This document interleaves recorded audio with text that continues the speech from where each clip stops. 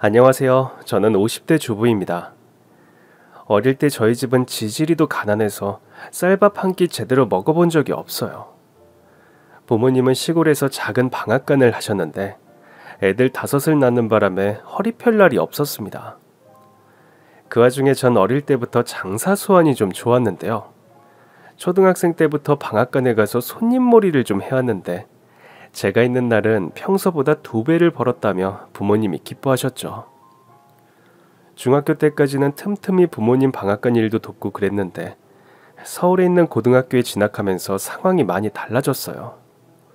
학교에 다녀야 하니까 새벽에 할 수 있는 알바란 알바는 안 해본 게 없어요. 우유 배달, 신문 배달은 기본이었고요. 배달하면서 다른 손님들 계약까지 따오니까 영업점 사장님이 저한테 학교 다니지 말고 같이 일을 하자고 하더라고요. 너 진짜 수완이 좋구나. 학교는 뭐하러 다녀? 이참에 나랑 같이 장사해서 이 돈이나 벌어보자.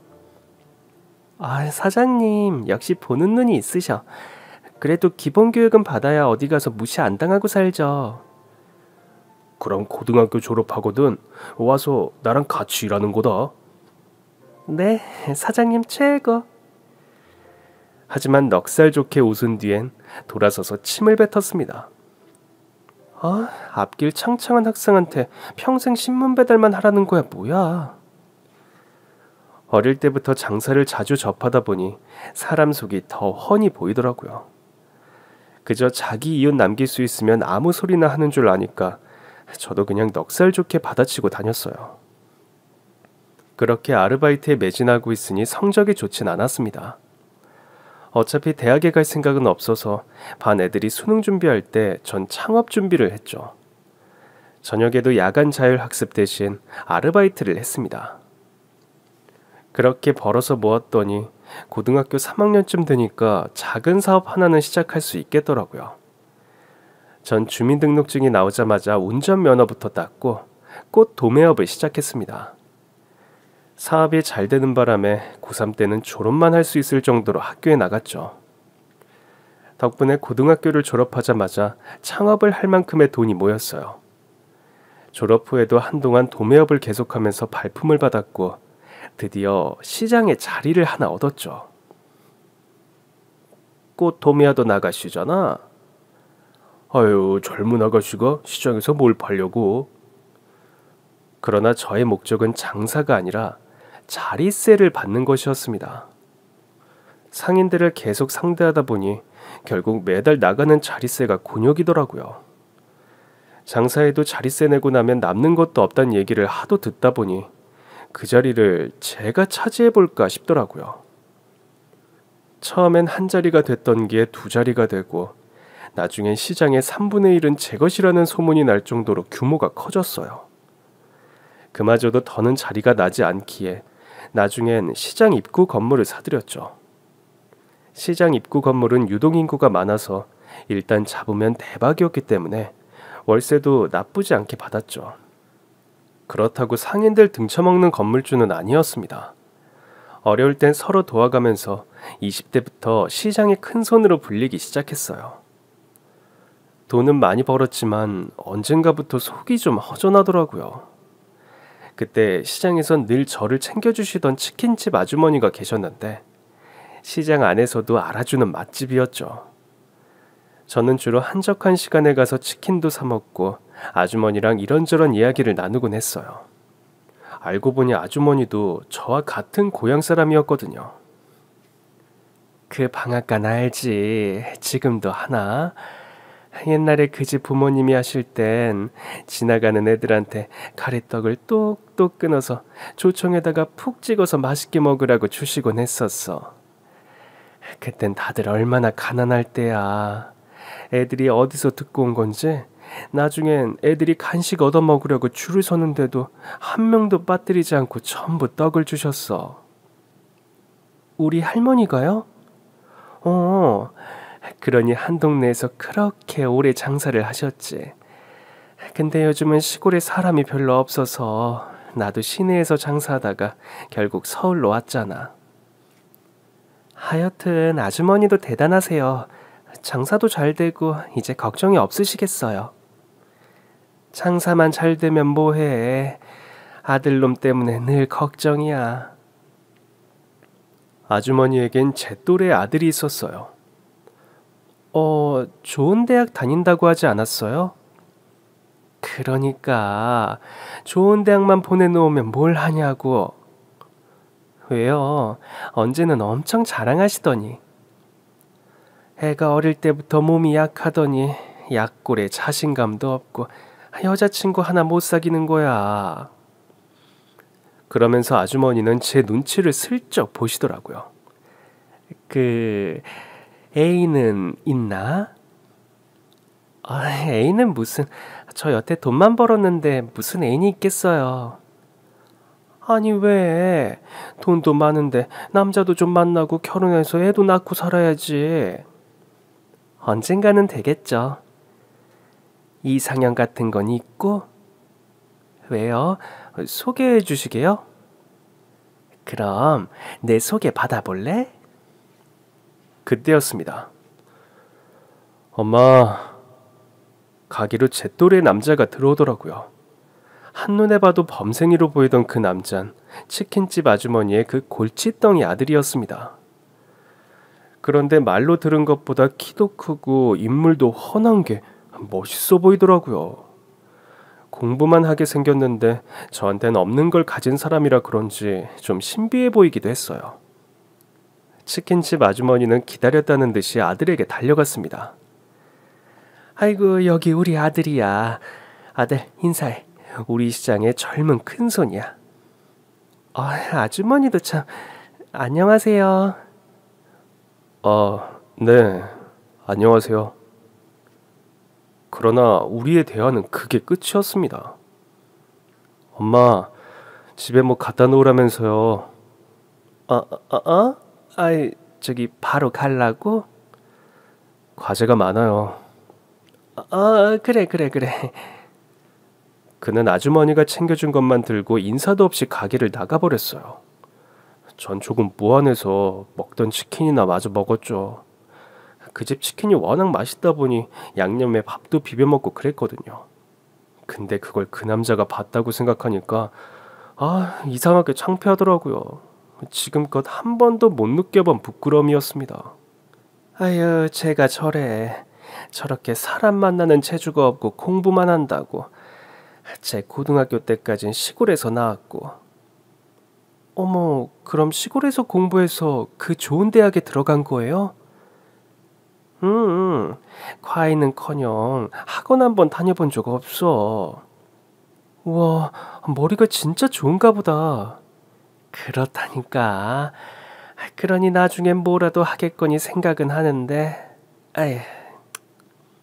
그러면서 치킨집 아주머니는 또다시 제 눈치를 살피셨어요. 우리 아가씨처럼 싹싹하고 똘똘한 처자만 만났으면 딱이겠다 싶은데. 아주머니는 며느리 학력은 안 보세요? 대학 안 나와도 괜찮아요? 대학 나와서 뭐하게. 하도 우리 애가 책상에 앉아서 공부하는 것만 보다 보니까 나도 신물나. 며느리는 나처럼 활동적이고 대화도 잘 통하고 세상 돌아가는 것 좀 잘하는 여자였으면 좋겠어. 그래요? 정말이세요? 정말이라니까. 마치 그 처자가 저인 것만 같아서 좀 부끄럽더라고요. 그렇지만 모른 척 집으로 돌아왔어요. 근데 자꾸만 추억 늘어져 있던 치킨집 아들이 자꾸 생각나는 거예요. 그러다 명절에 고향집에 갔는데 동창 모임이 있다며 친구들에게 연락이 왔어요. 가보니 30명이 넘는 애들이 횟집에 모여 있는데 모르는 사람이 대부분이더라고요. 너 3반 걔지? 방앗간집 딸. 맞아. 넌 누구야? 전혀 기억이 안 나는데? 야, 나 전교 2등이었거든. 뭐? 전교 1등도 아니고 2등? 그러자 그 친구가 옆에 있던 남자 동창을 툭 치면서 그러더라고요. 만년 전교 1등은 이 자식이었지. 덕분에 내가 만년 2등이었잖냐. 그러면서 가리킨 그 남자는 치킨집 아주머니 아들이었습니다. 이 자식 진짜 꼴통이었는데 전교 1등이면 뭐해. 맨날 우리한테 얻어맞고 다녔는데. 맞아, 찐따. 진짜 찐따 그 자체였지. 주변에 있는 남자 동창들이 그를 찐따라고 놀리며 낄낄거리는데도 치킨집 아주머니 아들은 그냥 웃어 넘기더라고요. 치킨집 아주머니를 통해 그가 저와 같은 중학교에 다닌 건 알고 있었지만 이렇게 만날 줄은 꿈에도 몰랐어요. 치킨집에서 봤을 때부터 워낙 소심해 보이기도 했고 이런 모임에 나올 거란 생각도 못한 거죠. 모두가 이 차를 외치던 그때 전 좀 피곤해져서 조용히 모임 장소를 빠져나왔습니다. 대부분이 대학을 다녀서 그런지 저처럼 사회에서 구른 사람과 다르게 동창들은 겉멋만 번지르르 한 게 재미가 없더라고요. 택시를 부르려고 주변을 두리번거리는데 저 앞 버스 정류장에 치킨집 아주머니 아들이 앉아있더라고요. 또 마주쳤는데 모른 척하기도 뭐해서 슬쩍 말을 걸었죠. 같은 동네면 같이 택시 타고 가요. 괜찮습니다. 명절이라 온 거예요? 아주머니도 와 계시나? 네, 와 계세요. 그렇구나. 그러나 대화는 뚝뚝 끊기기만 했죠. 침묵이 너무 어색해서 별로 궁금하지도 않은 질문을 했습니다. 전공이 뭐예요? 경영학이요. 제가 물으면 그는 대답만 할 뿐 저에게 뭘 더 묻진 않더라고요. 진짜 사회성이 전혀 없구나 싶어 갑갑했어요. 택시 진짜 안 탈 거예요? 택시 안 잡혀요. 네? 시내에서 그 동네까지 가준다는 택시가 없을 거예요. 그때 저 멀리서 고향 동네로 들어가는 버스가 오더라고요. 이게 막차예요. 그는 그 말만 남긴 채 버스에 올랐고 저는 멍하니 그가 타는 것을 보고 있었습니다. 곧 버스 문이 닫혔고 버스가 타기 출발하려던 그때 갑자기 버스가 멈추더니 뒷문이 열렸어요. 진짜 안 탈 거예요? 진짜 버스 없어요. 전 결국 버스에 탔고 그와 함께 같은 동네에서 내렸습니다. 시골 동네라 그런지 가로등이 많지 않아 캄캄하더라고요. 어두운 시골길을 혼자 걷고 있는데 자꾸만 그 남자가 따라오더라고요. 아주머니 고향집이 이쪽인가 싶다가도 그랬다면 제가 평소에 몰랐을 것 같지 않아서 좀 의아했어요. 그러다 집 앞에 도착했는데 그가 돌아서 나가더라고요. 궁금한 전 결국 그를 불러 세웠습니다. 저기 왜 다시 돌아가요? 저희 할머니 집은 반대쪽이에요. 그럼 저 여기까지 데려다 주신 거예요? 네. 저는 좀 어이가 없더라고요. 아니, 뭐 이렇게 데려다 주는 게 어딨어요. 데려다 줄 거면 같이 말이라도 하면서 와야지. 제가 말주변이 없어서. 그래서 그냥 뒤에서 따라왔다고요? 네, 저랑 말하면 재미없으실 거예요. 전 그제야 그 사람을 조금은 알 것 같은 기분이 들었어요. 그날 이후 저는 그와 연락을 시작했고 우리는 서울에서도 만나기 시작했습니다. 그게 우리 연애의 시작이었어요. 그는 저를 만난 뒤 점차 밝아지기 시작했어요. 그런 아들의 변화를 누구보다 좋아한 건 치킨집 아주머니였습니다. 남편이 대학을 졸업할 즈음 전 결혼 준비를 시작했어요. 알고 보니 우리 남편 사업 천재더라고요. 괜히 경영학과가 아닌 거예요. 저처럼 무턱대고 장사에 뛰어드는 게 아니라 체계적으로 접근하더라고요. 전 그런 그의 재능을 키워줄 수 있는 자본이 있었고 그는 머리가 좋았고 결혼 후 남편은 본격적으로 사업을 시작했어요. 결혼 후 2명의 아이를 낳았어요. 간혹 동창회 연락도 왔는데 아이들 키우느라 참석할 정신이 없더라고요. 여보, 당신이라도 좀 다녀오지 그래? 우리 결혼식도 가족끼리 해서 부르지도 못했는데 가서 한턱 쏘는 거 어때? 애들은 내가 볼게. 난 별로 안 가고 싶은데 당신 가고 싶으면 가. 왜 가기 싫은데? 말이 좋아 동창이지. 대부분이 나 괴롭혔던 애들이야. 그럼 그때 왜 왔어? 나 동창회에서 만났던 날. 어머니랑 할머니 댁 갔다가 길에서 마주쳐서 끌려간 거야. 다들 술에 취했길래 냉큼 도망 나왔다가 그때 당신이랑 만난 거지. 그 후 저희 부부는 동창회에 참석하지 않았어요. 그러는 사이 아이들도 장성했고 좀 심심하던 차에 남편의 휴대폰으로 전화가 오더라고요. 여보세요? 아, 혹시 부인이세요? 저 창훈이 동창이에요. 귀에 익은 목소리였지만 모른 척 물었습니다. 네, 맞아요. 그런데 무슨 일이시죠? 남편이 지금 화장실에 있어서요. 아, 안 그래도 결혼했다고 들었는데 이 자식이 초대를 안 해주더라고요. 아, 죄송해요. 저희가 가족끼리 조촐하게 결혼식을 하느라. 그럼 이제라도 같이 동창회 좀 오시면 어때요? 이번에 남자 동창들끼리 동창회 하거든요. 다들 아내랑 같이 올 예정이에요. 네, 좋아요. 장소 알려주세요. 저는 남편과 함께 티코를 타고 동창 모임이 열린다는 호텔로 갔습니다. 마침 차에서 내리던 동창들은 티코를 보곤 남편을 놀리기 시작했죠. 야, 나이 50 먹고 티코 타면 안 쪽팔려? 그 순간 호텔 총지배인이 우리 부부를 보고 달려와 대표님, 사모님 하고 불렀고 동창들이 놀라서 개거품을 물더군요. 사실 티코는 저희 차가 아니었습니다. 예전에 시어머니가 시장에서 치킨 장사를 하실 때 쓰던 차였죠. 낡아도 너무 낡은 티코를 타고 온 이유는 하나. 남편을 괴롭히다 못해 때리기까지 했던 동창들을 놀라게 해주고 싶어서였습니다.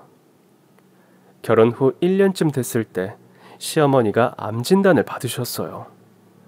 시장에서 가장 잘 나가던 치킨집 문을 하루아침에 닫게 됐을 때 시어머니는 제 살을 찢어내는 것처럼 힘들어하셨습니다. 암 고치고 와서 다시 하면 되는데 꼭 닫아야 할까? 어머니, 일단 가게는 세주고 치료에 전념하세요. 그 다음엔 또 해도 되는 거지? 완치되시면 다시 생각해 볼게요.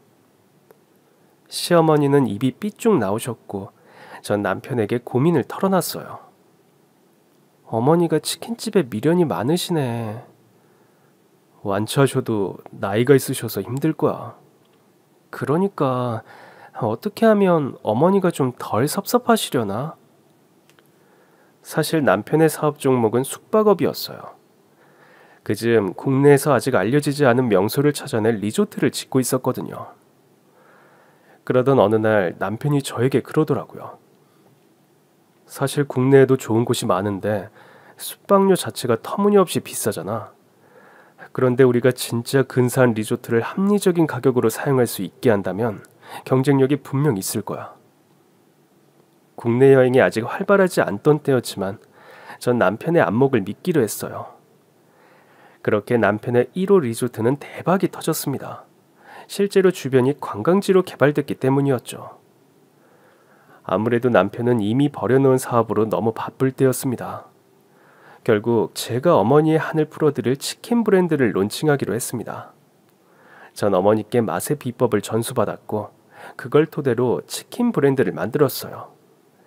그러자 시어머니가 너무 좋아하시더라고요. 세상에, 이게 우리 치킨 브랜드라고?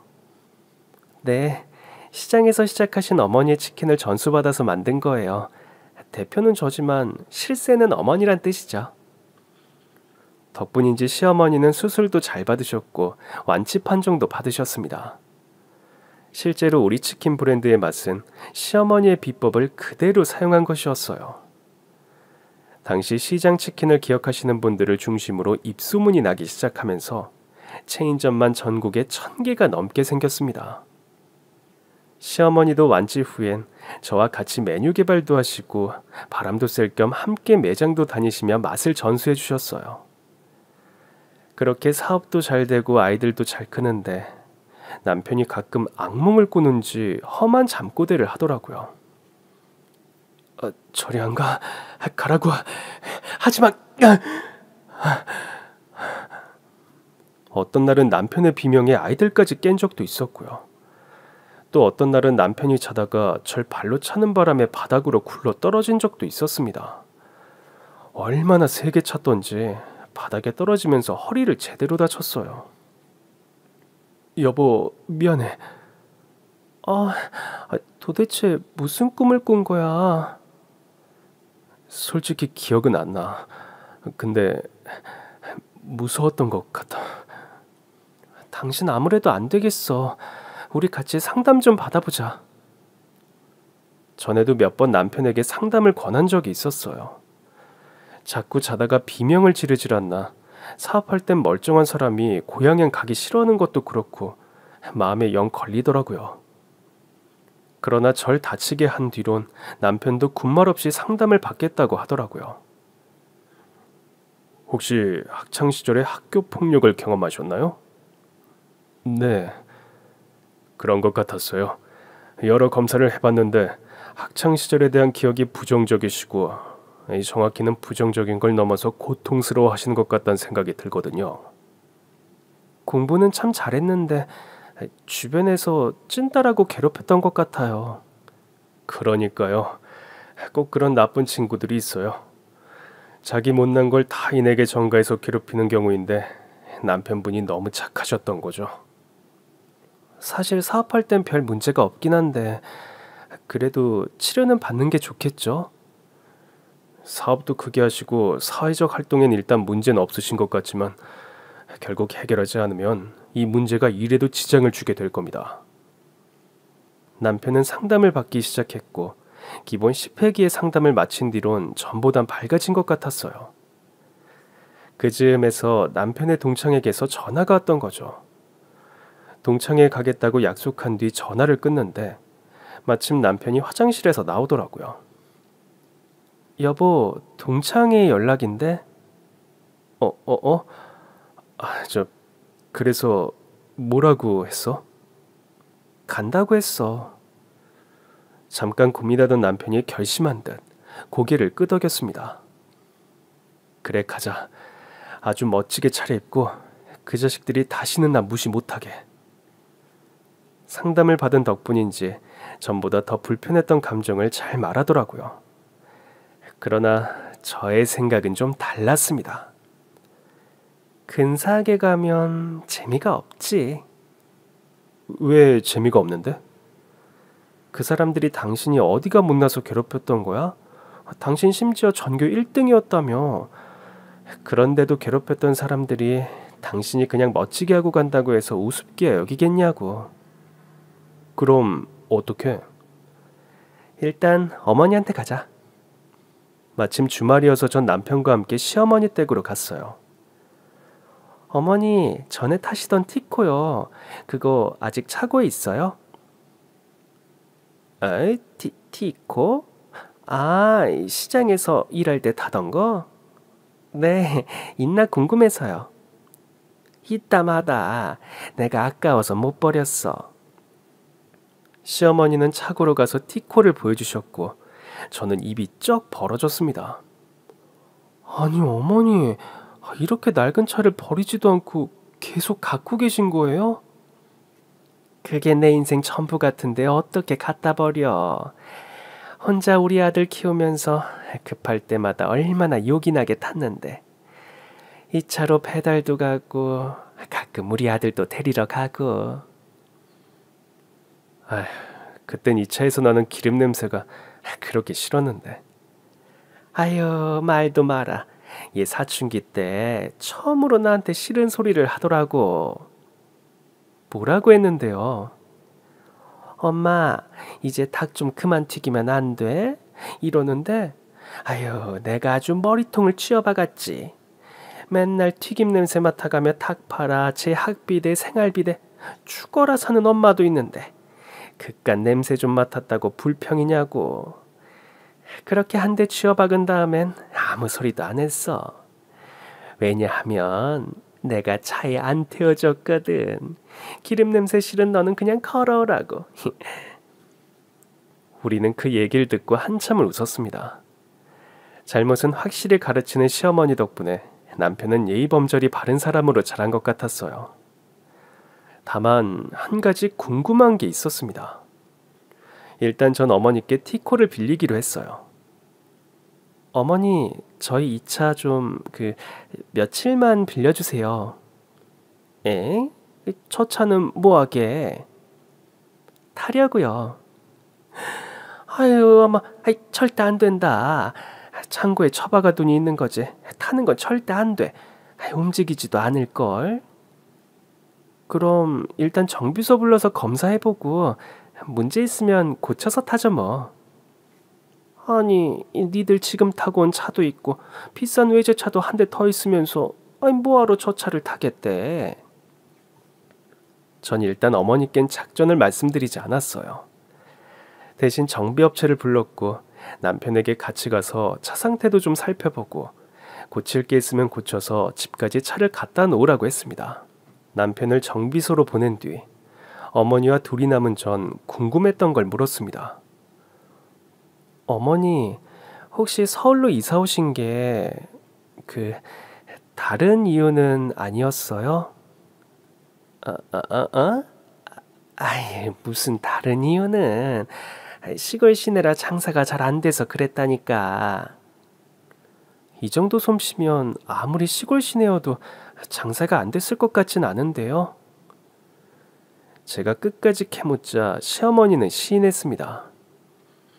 그래, 맞아. 네 말대로 장사는 잘 됐어. 바로 옆에 있던 떡볶이집 언니랑 둘이 엄청 친했는데 그 집 떡볶이도 엄청 맛있었거든. 시장에 오는 사람 중에 우리 치킨이랑 옆집 떡볶이 먹으려고 오는 사람이 절반은 됐을걸. 그럴 줄 알았어요. 근데 왜 장사가 안 돼서 오셨다고 하신 거예요? 시어머니는 괜히 주변을 살피더니 말씀하셨어요. 우리 아들 지금 안 오는 거지? 티코 고쳐서 바로 집으로 갈 거예요. 왜요? 남편이 들으면 안 되는 얘기예요? 그게 내가 평생 모른 척 했거든. 뭘요? 글쎄, 그 애가 학교에서 괴롭힘을 당했더라고. 알고 보니 시어머니도 남편이 학창시절에 괴롭힘 당한 사실을 알고 계셨더라고요. 어떻게 하셨어요? 어떻게 몰라. 어떤 날은 눈이 팜탱이가 돼서 오질 않나. 또 어떤 날은 다리를 절기에 바지를 들어보니까 세상에 뼈가 부러졌던 거야. 대체 어떤 놈들이 그랬냐고 그러니까 그냥 넘어졌다고 그러고 아무리 캐물어도 누가 때렸단 소리를 안 하길래 내가 고민을 좀 했지. 치킨 장사가 너무 잘 돼서 떠나고 싶지 않았지만 어쩌겠어. 저러다 내 아들이 맞아 죽을 것 같은데. 그리고 괜히 학교에 알려봤자 우리 애만 더 괴롭힘 당할 것 같아서 그래서 어느 날 갑자기 야반 도주하듯이 서울로 가버렸어. 그 즈음을 생각하던 시어머니의 눈가가 촉촉해졌습니다. 그가 모은 돈은 있는데 계획도 없이 와버린 상태였고 서울 물가가 보통 비싸야지. 수중에 있던 돈으로 겨우 방 하나 구하고 시장 가서 자리 좀 얻어보려고 했더니 아유, 텃세가 장난이 아닌 거야. 어머니, 너무 힘드셨겠어요. 그땐 지금이랑 비교도 안 되게 시장 여자들이 드셌어. 내가 자리 얻으려고 하면 빗자루 들고 쫓아오는 년들도 있었다니까. 그럼 어떻게 자리를 얻으신 거예요? 나중에 빗자루 들고 쫓아오던 년을 붙잡고 내가 무릎까지 꿇고 하소연했지. 아들이 공부를 정말 잘하는데 내 아들이 얻어맞아 죽게 생겨서 무턱대고 서울로 왔다. 근데 내가 할 줄 아는 거라곤 치킨 튀기는 것밖에 없는데 어떡하냐. 내가 자리세를 더 내도 괜찮으니 제발 자리 하나만 달라고 매달렸지. 그랬더니 그 여자가 날 가만히 보더니 내 손을 잡고 어디로 가는 거야. 그게 어디였는데요? 떡집. 시어머니가 간 곳은 당시 시장에서 왕언니라고 불리던 사람이 운영하던 떡집이었대요. 같이 간 상인이 왕언니에게 시어머니의 사정을 구구절절 설명했더니 왕언니가 시어머니를 위아래로 훑어보더래요. 그래서 아들이 공부를 그렇게 잘해? 예, 언니. 남편 일찍 죽고 그거 하나 키우면서 살고 있는데 시골로 돌아가면 우리 애 맞아 죽을 거예요. 차라리 제가 여기서 죽는 게 낫지. 전 다시는 못 돌아가요. 제발 부탁입니다. 자리 하나만 내어주세요. 왕언니는 한동안 말이 없다가 같이 간 상인에게 손을 까딱하더랍니다. 그러자 상인이 왕언니네 방으로 들어가선 종이 한 장을 들고 나왔대요. 여기 사인해. 이게 뭔데요? 자리 하나만 달라며. 싫으면 말고. 아니에요. 할게요. 일단 그들이 내미는 종이는 받았지만 시어머니는 엄청 두려웠다고 합니다. 일단 받긴 했는데 내가 싸지른 말이 있잖아. 자리만 주면 자리값을 푸르는 대로 내겠다는 식으로 했으니 얼마나 막무가내인 계약서를 내밀었을까 싶어서 무섭더라고. 근데 자리세가 너무 싼 거야. 그래서 위치가 별로인가 싶었는데 가보니까 위치도 좋더라고. 시어머니가 장사할 가게까지 따라온 왕언니가 그랬대요. 요즘 젊은 것들은 자리 달라고 애원해놓고 몇 달을 못 버티고 나가버리거든. 근데 넌 좀 버티겠다 싶어서 내가 기회를 주는 거야. 시장에 들어왔으면 최소 10년은 버텨야 돼. 알겠어? 아유, 그럼요. 당연하죠, 언니. 그럼 사람들끼리 좀 친해지고 서로 어려울 땐 도와주고 그럴 거 아니야. 내가 진짜 두고 볼 거야. 그렇게 시어머니는 무서워만 보였던 시장에 입성했고 그 집 치킨이 맛있더란 소문이 돌면서 금세 장사가 잘 되기 시작했대요. 아니, 그 왕언니가 누구신 거예요? 저도 본 분이려나? 아유, 아니야. 그 언니는 일찍이 세상을 떠났어. 그 후로 자식들이 시장 자리도 다 팔아먹어서 시장에 언니 흔적은 남아있지도 않아. 일이 바빠서 자주는 못 가고 가끔 시간 될 때마다 병원에 가서 보고 오고 그랬지. 전 그제야 시어머니가 왜 치킨 장사를 접고 싶어 하지 않으셨는지 이해할 수 있었습니다. 어머니, 제 생각이 짧았네요. 어머니는 단지 치킨 장사가 계속하고 싶으셨던 게 아니라 시장이 좋으셨던 거죠? 아유, 생각하면 지겹지. 그 세월을 다 어떻게 견뎠나 싶게 고단했어. 그래도 뭐 시장에서 받은 게 있는데 하루아침에 관두려니까 죄 짓는 기분이 들더라고. 내가 더 베풀어야 하는데. 그런데 내가 받은 만큼 아직 다 못해준 것 같아서 내가 그래서 고집을 좀 피웠다. 이야기를 다 듣고 나니 어머니의 티코를 어디에 사용할지 말씀을 드려야겠더라고요. 어머니, 오늘 빌려간 어머니 차요. 그거 남편 동창회 타고 가려고요. 시어머니는 기겁하며 놀라셨습니다.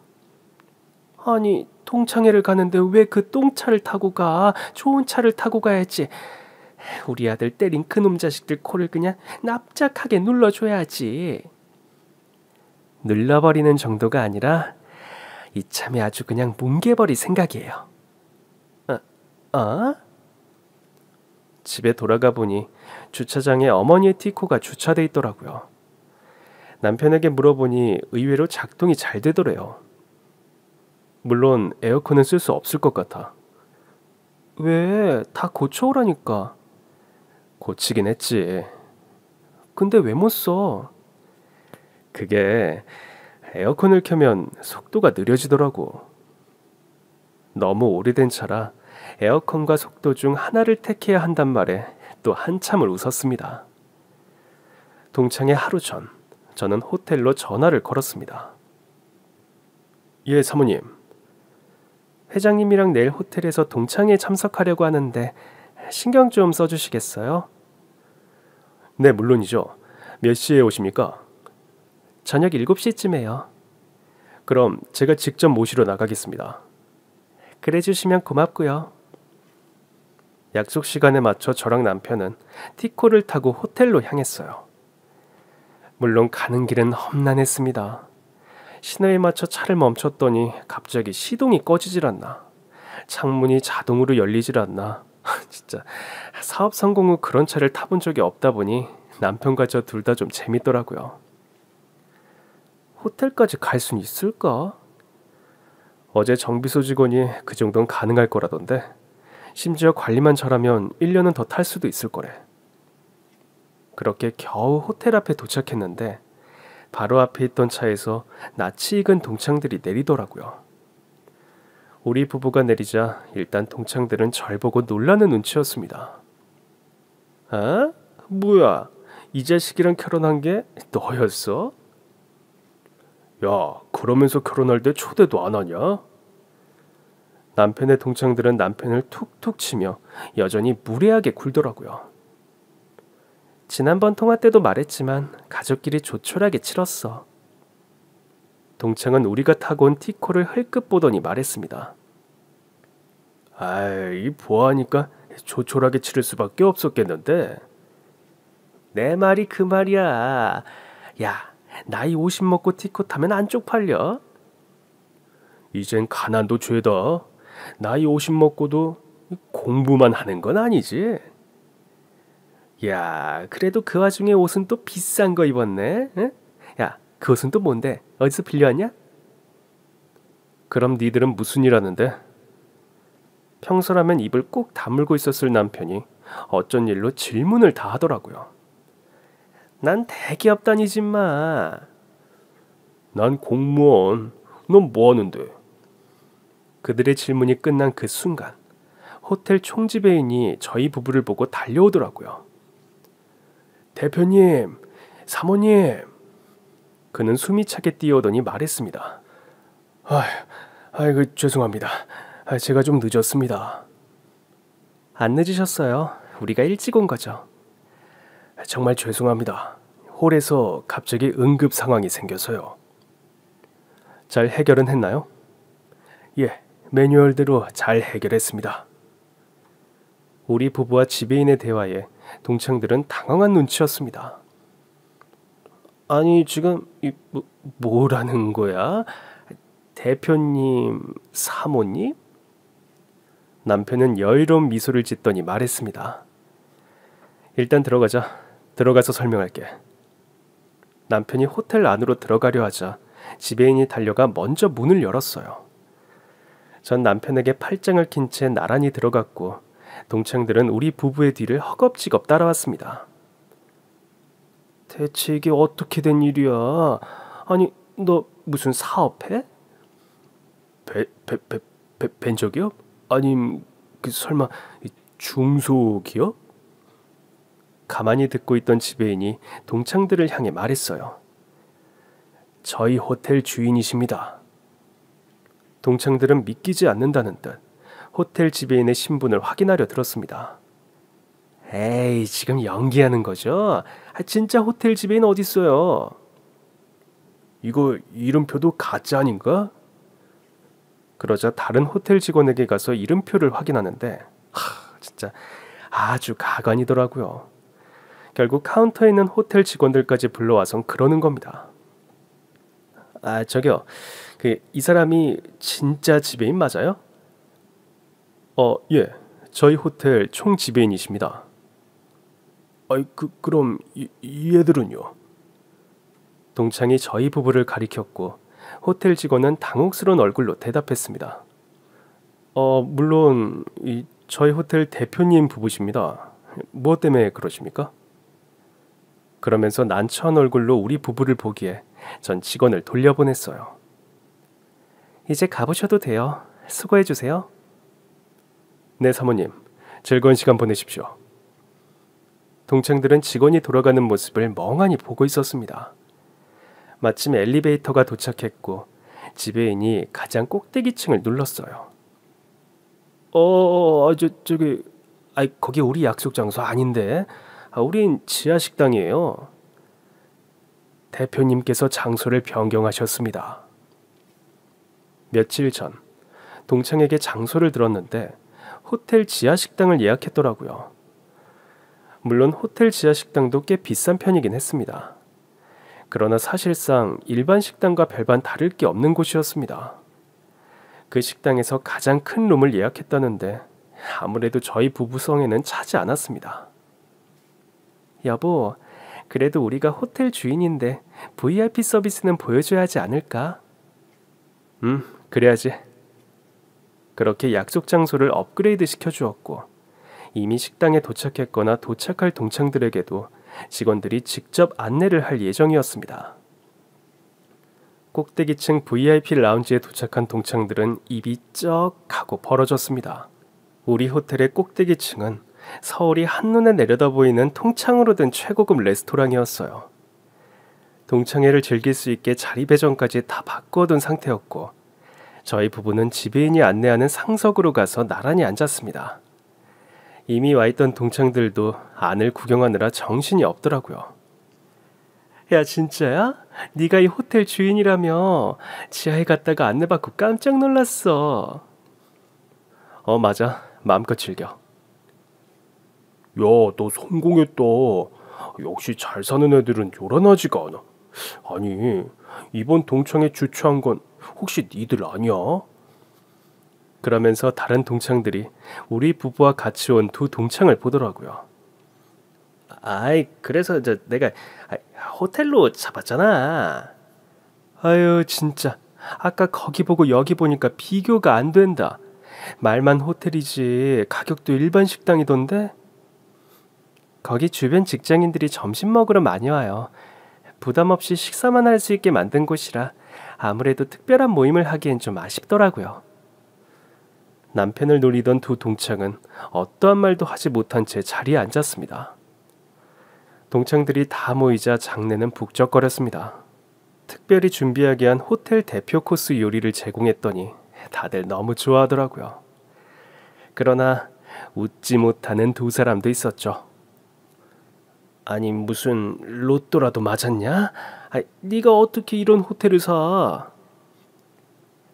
갑자기 산 건 아니고 너희가 아는진 모르겠지만 호텔 인수는 꽤 까다로워.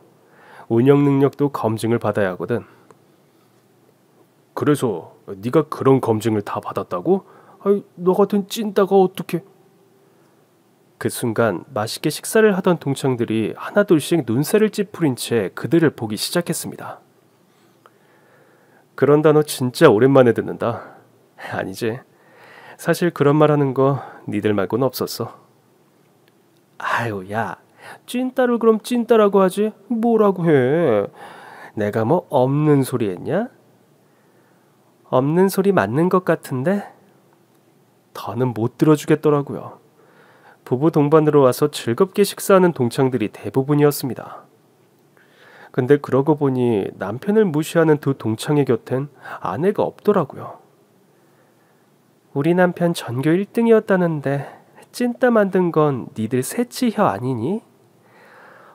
나중에 기억났어.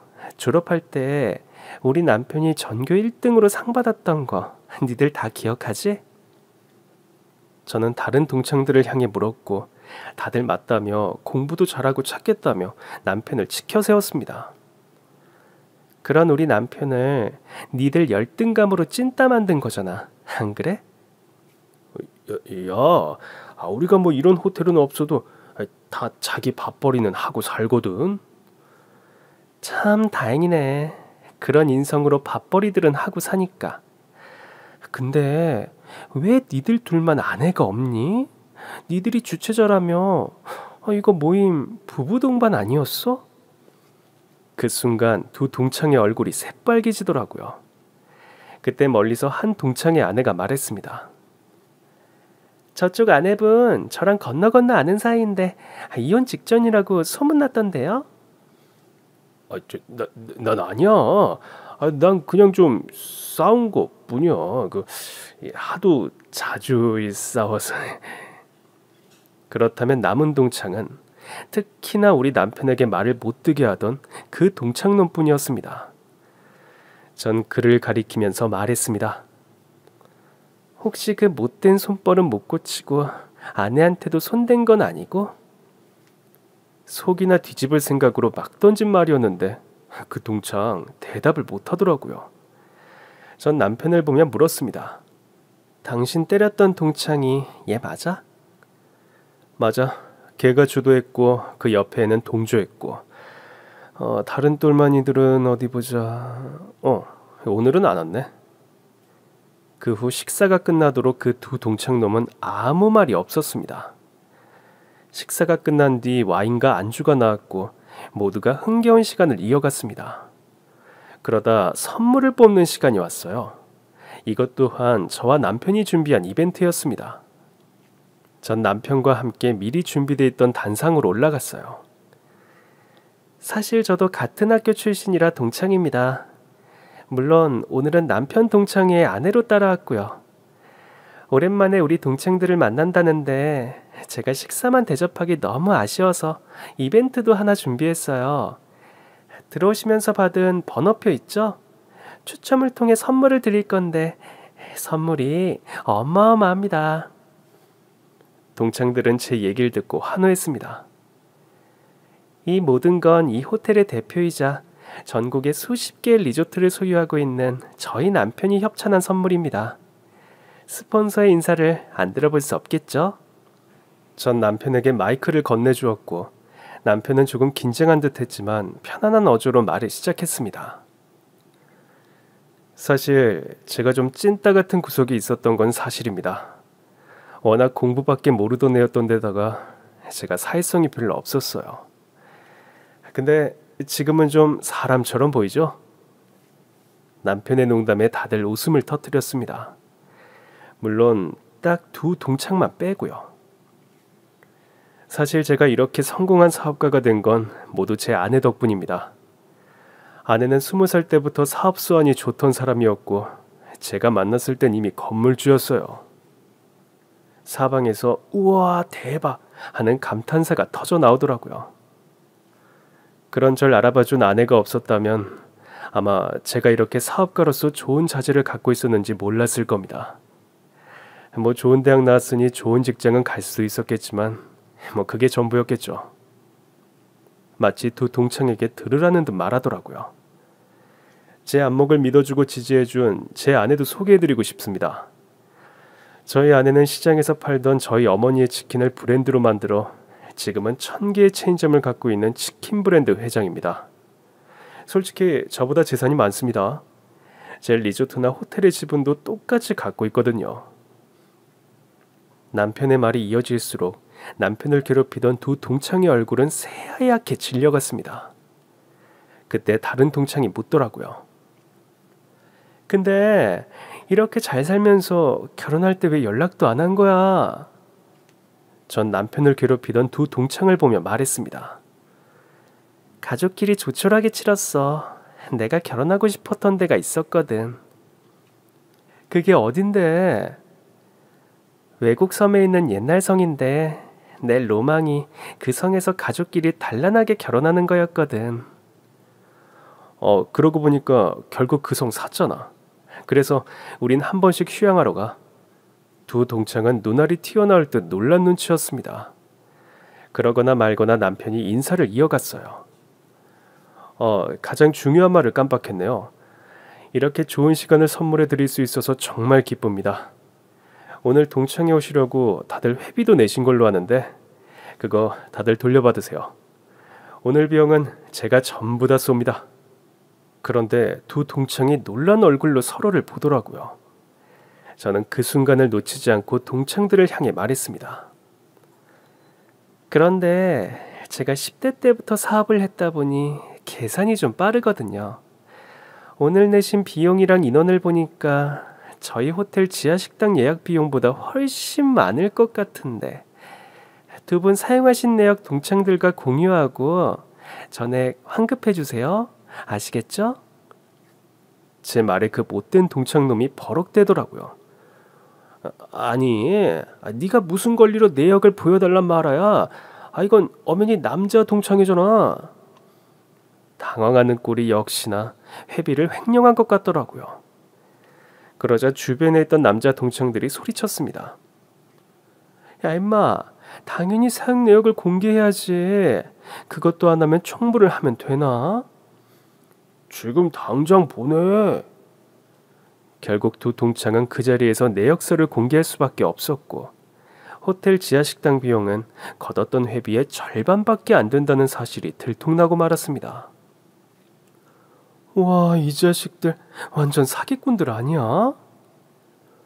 야, 니들 같은 놈들이 진짜 찐따지.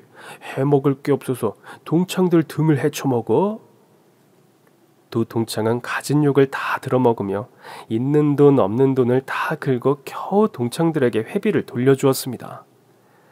그리곤 화장실에 간답시고 다시는 돌아오지 않더라고요. 모든 상황을 마친 뒤 우리는 다시 선물 추첨을 시작했고 놀랍게도 1, 2등은 도망간 두 동창놈들이었습니다. 선물은 고가의 의류관리기와 안마의자였지만 다시 추첨해 선물의 주인은 바뀌었죠. 그날 이후 남편의 상담 횟수를 줄였어요. 이젠 악몽도 꾸지 않고 자다가 절 발로 차는 일도 없었습니다. 시어머니께 티코를 돌려드리며 동창회에서 있었던 이야기를 들려드리니 이제야 묵은 체중이 가신 것 같다며 기뻐하시더라고요. 전 그날 동창회에 온 동창 모두에게 호텔 숙박권을 선물로 보냈습니다. 물론 그 나쁜 두 동창놈만 빼고요. 근데 여보, 동창들한테 돈을 너무 많이 쓰는 거 아니야? 동창회 비용도 우리가 내고 선물도 우리가 마련한 건데. 여보, 내가 설마 그 동창들 예쁘다고만 줬을까? 그럼 왜 준 건데?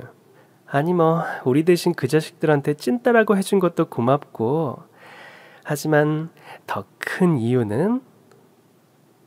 더 큰 이유는? 이게 바로 지인 마케팅이지.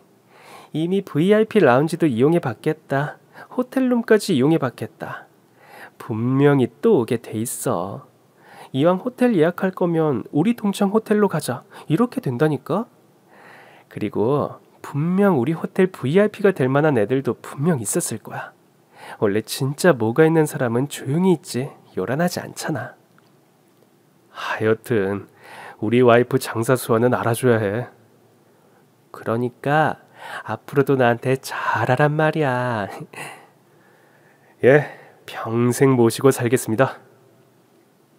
실제로 우리가 쏜 숙박권은 홍보 효과를 톡톡히 봤습니다.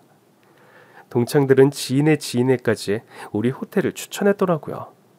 저희 부부는 동창들의 성화에 못 이겨 앞으로도 우리 호텔이나 리조트에서 동창회를 주최할 예정입니다. 물론 그 나쁜 두 동창놈에게도 초청장은 보낼 생각입니다. 물론 아마도 오지는 못하겠지만요. 그럼 지금까지 제 긴 사연 들어주셔서 정말 감사합니다. 오늘도 행복한 하루 되세요.